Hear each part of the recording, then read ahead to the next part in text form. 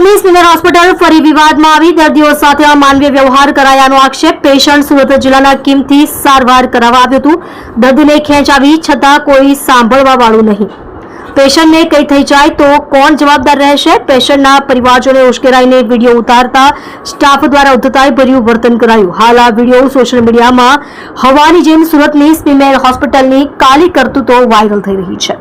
તમે જોઈ રહ્યા છો ગુજરાત સમ્રાટ news channel. Chief editor Bhavesh પાટીલની સાથે।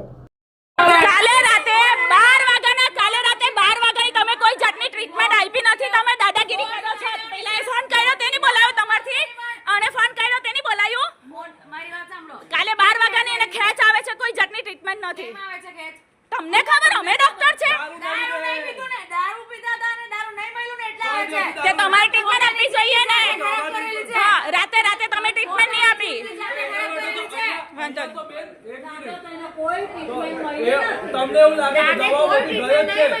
અરે આખી રાત એમ જ બેહી રહ્યા, હવારે લઈડા ને ત્યારે બાટલો ચડાવ્યો તમે લોકોએ। આખી રાત એમ જ રહ્યા।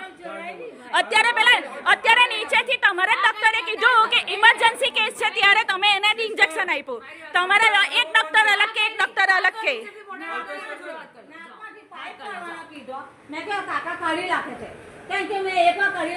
તમારા ડોક્ટર કે ઇમરજન્સી કેસ છે ને તમે કે કઈ જ નથી લાખી મોઈકો। તમારા ડોક્ટર કે ઇમરજન્સી કેસ છે, જલ્દી લઈ જાઓ। અમને એમઆરઆઈ નહીં કરવા દીધા ને ઉપર મોકલા ને હવે અમે પાછા એમઆરઆઈ કરવા જઈએ તો તમે કેમ ખેંચો છો? અમને આપણો તો અમે આયુષ્માન કાર્ડમાંથી એમઆરઆઈ કરાવવાના હતા, તમે લોકોએ પૈસા માંગ્યા તો તમારે કહેવું જોઈએ કે ઇમરજન્સી છે। અમને કંઈ કીધું જ નથી। તમે કોઈ કીધું જ નથી કે ઇમરજન્સી છે। તમે નથી કીધું કે ઇમરજન્સી છે। કાલે તો હું બોલ્યા, કેમ નથી વાત કરવી? કાલે એમ કે એમઆરઆઈ ની જરૂર નથી ને હવે આજે કે ગંભીર કેસ છે।